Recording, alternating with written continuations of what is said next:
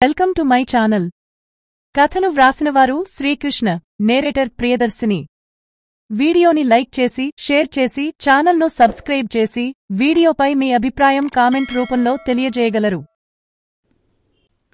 ఆ తరువాత కొన్ని రోజులకే మహమ్మద్ షాకు బుక్కరాయలు, కాపయ్య కుమారుడు వినాయకదేవుడు కలిసి మరో కొన్ని రోజుల్లో భువనగిరి, కౌలాస కోటల మీద దాడి చేయబోతున్నట్లు, ఎంత సైన్యంతో దాడి చేయబోతున్నది అన్ని వివరాలతో ఒక ఆకాశరామన్న లేఖ వచ్చింది. అది చూడగానే మహమ్మద్ షా కోపంతో మండిపడుతూ, ఈ కుర్రకుంక అప్పుడే ఇన్ని రాజకీయాలు నడుపుతున్నాడా, వాడి అంతు చూస్తా అని అన్నాడు. అది విని అతడి పక్కనే ఉన్న సేనాధిపతి అయిన బహదూర్ ఖాన్, మీసాలు కూడా పూర్తిగా రాని ఆ కుర్రవాడేమిటి, బుక్కరాయలతో సంధి చేసుకొని అతడి సాయంతో మన మీద దండయాత్ర చేయడానికి ప్రయత్నించడమేమిటి? ప్రభు, మనల్ని పక్కదారి పట్టించడానికి ఉత్తుత్తిగా తయారు చేసిన లేఖ కాదు కదా ఇది అని అనుమానంగా అడిగాడు.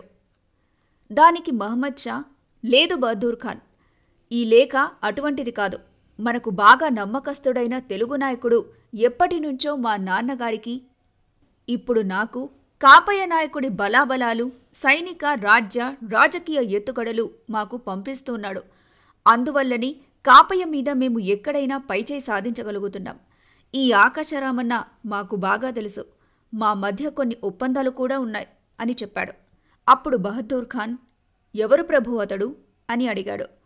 దానికి మహమ్మద్ షా నవ్వి, దాని గురించి ఎందుకులే కాని ఇప్పుడు ఆ బుక్కరాయలు, వినాయకదేవుడుల దాడిని ఎదుర్కోవడమెలాగో ఆలోచిద్దాం అని అనగానే, ఆలోచించడానికి ఏముంది ప్రభు, వినాయకదేవుడిని భువనగిరి వద్ద, బుక్కరాయలుని హంపీనగరం దగ్గర ఎదుర్కొందాం అని సలహా ఇచ్చాడు.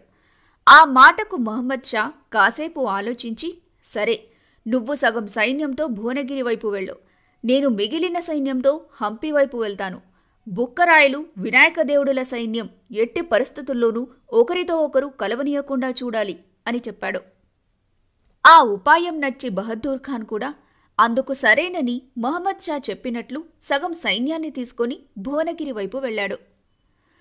మహమ్మద్ షా కూడా బుక్కరాయలను ఎదుర్కొనేందుకు హంపీనగరం వైపు తగిన సైన్యంతో వెళ్లాడు. కాని అప్పటికే బుక్కరాయలు వినాయకదేవుడికి సాయంగా పంపుతానన్న సైనికులను, అశ్వాలను పంపించాడు. దాంతో వినాయకదేవుడు ఏమాత్రం ఆలస్యం చేయకుండా భువనగిరి వైపు బయలుదేరి వెళ్లాడు. నేను వస్తాను అన్న ప్రోలాను ఓరగల్లు కోట సంరక్షకుడిగా అక్కడే ఉండమని చెప్పి వినాయకదేవుడు నాయకత్వంలో తెలుగు, అటు విజయనగర సైనికులతో కలిసి భువనగిరి వైపు వేగంగా వెళ్లారు. బహదూర్ ఖాన్ భువనగిరిని కాపాడటానికి సైన్యంతో అక్కడికి చేరుకున్నాడు. దాంతో వినాయకదేవుడు బహదూర్ ఖాన్ సైన్యంతో తలపడ్డాడు. కొన్ని రోజుల పాటు తీవ్రంగా జరిగిన యుద్ధంలో యువకుడైన వినాయకదేవుడు సైన్యం ఆ బహమనీల సైన్యంపై పైచేయి సాధించడం మొదలైంది. అలాగే మరికొన్ని రోజులు యుద్ధం కొనసాగితే బహదూర్ ఖాన్ సైన్యమంతా నాశనమవుతుందని గ్రహించి ఒకరోజు రాత్రికి రాత్రే భువనగిరి దుర్గాన్ని విడిచిపెట్టి సైనికుల శిబిరాలతో సహా ఖాళీ చేసి పారిపోయారు. దాంతో ఆ మరుసటి రోజు భువనగిరి కోటను వినాయకుడు తన ఆధీనంలోకి తీసుకున్నాడు.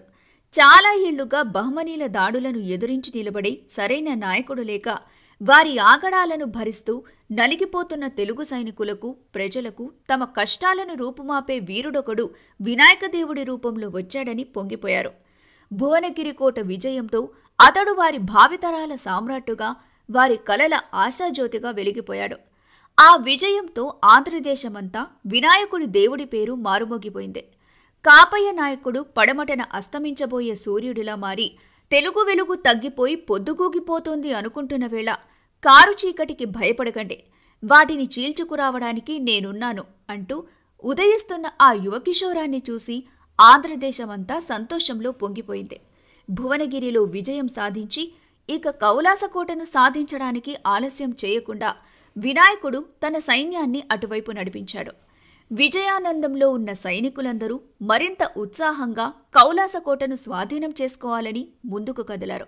అలా వారు వెలుంపట్టణం అనే చిన్న పట్టణానికి చేరుకుని ఆ రోజు ఆ కోటలో విశ్రాంతి తీసుకొని మళ్లీ బయలుదేరుదామనుకొని తన సైన్యంతో వినాయకుడు వెలంపట్టు కోటలో ఉండగా ఆ రోజు రాత్రి హంపీనగరం నుండి వినాయకుడిని కలవడానికి ఒక దూత వచ్చాడు. దాంతో వినాయకుడు ఆ దూతతో ఒక రహస్య మందిరంలో సమావేశమై, హంపీనగరంలో బుక్కరాయలు వారు క్షేమమే కదా ఇంత రాత్రివేళ ఇక్కడికి రావటానికి గల కారణమేమిటో తెలుసుకోవచ్చా అని ఆ దూతనడిగాడు.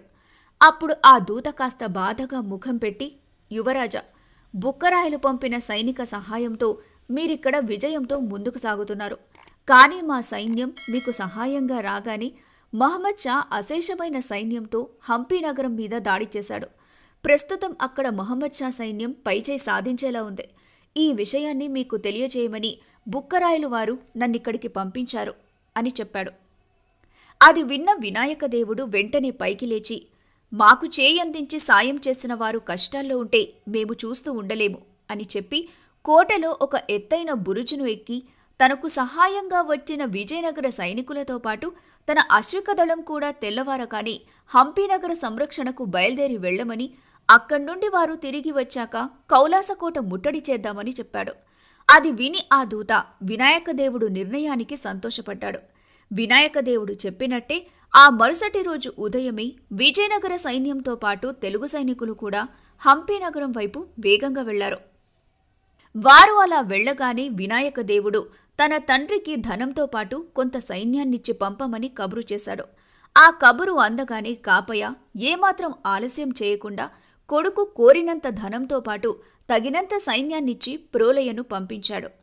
కాపయ్య ఆజ్ఞ ప్రకారమే ప్రోలయ ధనము మరియు సైన్యంతో వెలంపట్టుకు బయలుదేరాడు.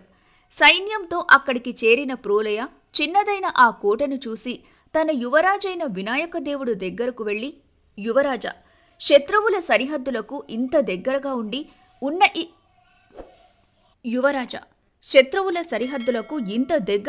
ఉన్న ఈ తక్కువ సైన్యంతో అంత సురక్షితం కాని ఈ చిన్న కోటలో మీరు ఉండటం భద్రతా దృష్ట్యా అంత సురక్షితం కాదు. మీరు మరొక చోట ఎక్కడైనా విడిది చేయడం మంచిదేమో అని నా అభిప్రాయం అని చెప్పాడు. అది విన్న వినాయకుడు చిన్నగా నవ్వి, మనం శత్రువులకు ఎంత దగ్గరగా ఉంటే వాళ్లంత భయపడతారు సేనాధిపతి. నా భద్రత గురించి నువ్వేమీ చింతించకు అన్నాడు. అది విన్న ప్రోలయ వినాయకుడి మొండి ధైర్యానికి ఆశ్చర్యపోయి మరేమీ మాట్లాడలేక, ప్రభు, ఇంత ధనాన్ని తెమ్మనడానికి గల కారణమేమిటో తెలుసుకోవచ్చా అని అడిగాడు. దానికి వినాయకదేవుడు, సేనాధిపతి, దక్షిణ భారతదేశంలో ఉన్న మన సైన్యంలో విజయనగర పాలకుల సైన్యంలో అధికంగా పదాతి దళం ఉండటం వల్ల మనల్ని నరపతులని, ఓడ్ర రాజ్య యొక్క సైన్యంలో ఏనుగులు అధికంగా ఉండటం వల్ల ఆ రాజ్య పాలకులను గజపతులని, వారి సైన్యంలో గుర్రాలు అధికంగా ఉండటం వల్ల బహమని సుల్తానులను అశ్వపతులని జనులు చెప్పుకుంటున్నారు. యుద్ధంలో నిదానంగా కదిలే ఏనుగులు పదాతి దళం వల్ల మనము సంఖ్యరీత్యా బహమనీయుల కన్నా ఎక్కువ సైన్యాన్ని కలిగి ఉన్నప్పటికీ వారి అశ్వదళం ప్రభావం చేత యుద్ధాలలో మనం వారి మీద పైచేయి సాధించలేకపోతున్నాం. అందుకే నరపతులమైన మనం కూడా సైన్యంలో అశ్వదళాన్ని పెంచుకోవాల్సిన ఆవశ్యకత ఎంతో ఉంది. అశ్వబలం తగినంత ఉండటం వల్లనే మనం భువనగిరి కోటను తిరిగి స్వాధీనం చేసుకున్నాం. అందువల్లనే యుద్ధానికి అవసరమైన మేలుజాతి అరబ్బు గుర్రాలను ఎక్కువగా కొనాలని నేను నిశ్చయించుకున్నాను. అందుకే ఇంత ధనాన్ని తెమ్మని చెప్పాను అని చెప్పాడు. అది విని వినాయకదేవుడు ముందు చూపుకి బలహీనతలు గుర్తించి వాటి దిద్దుబాటుకు ఉపక్రమించే శక్తిని ప్రోలయ మెచ్చుకోకుండా ఉండలేకపోయాడు. సరే సేనాధిపతి, నువ్వు రేపు ఉదయమే బయలుదేరి ఓరుగల్లుకు వెళ్ళు. హంపి మీద దాడి తరువాత బహమనీయులు మన రాజ్య పశ్చిమ సరిహద్దుల్లో దాడి చేసే ప్రమాదం లేకపోలేదు. అందుకే నువ్వు వెళ్లి మన సైన్యంతో పశ్చిమ సరిహద్దులలో మోహరించు. వారొకవేళ దాడి చేస్తే వాటిని ఆపే ప్రయత్నం చెయ్యి అని వినాయకుడు ప్రోలయకు చెప్పడంతో వినాయకదేవుడితో పాటు ఉండి యుద్ధంలో అతడి సారథ్యంలో శత్రువులను చీల్చి చెండాడాలి అనుకుని వచ్చిన ప్రోలయకు వినాయకదేవుడు చెప్పినట్టు వెళ్లడానికి కాస్త బాధ అనిపించినా వేరే దారి లేక అతడు చెప్పినట్టు రాజ్య పశ్చిమ సరిహద్దులను కాపాడటానికి వెళ్లాడు. ఆ రోజు నుండి వీలు దొరికినప్పుడల్లా వినాయకదేవుడు ఎక్కడ మంచి గుర్రం కనపడినా కొనేస్తూ వాటికి వెలంపట్టులో తగిన శిక్షణ ఇప్పిస్తూ ఉండగా ఒకరోజు పెద్ద మేలుజాతి అరబ్బు గుర్రాల మందను తోలుకొని వెళుతూ ఒక వ్యాపార సమూహంలో వెలంపట్టు మీదుగా వెళుతుండటం వినాయకదేవుడికి కనబడింది. వారిని వెలంపట్టు కోటలోకి రావాల్సిందిగా ఆహ్వానించాడు. ఈ వీడియో మీకు ఉపయోగకరంగా ఉందని భావిస్తున్నాను. మా కంటెంట్ను ఇష్టపడితే దయచేసి ఈ వీడియోను లైక్ చేయండి, షేర్ చేయండి మరియు మా ఛానల్ను సబ్స్క్రైబ్ చేయడం ద్వారా మాకు మద్దతు ఇవ్వండి. మీ ప్రోత్సాహం మాకు ఎంతో స్ఫూర్తినిస్తుంది.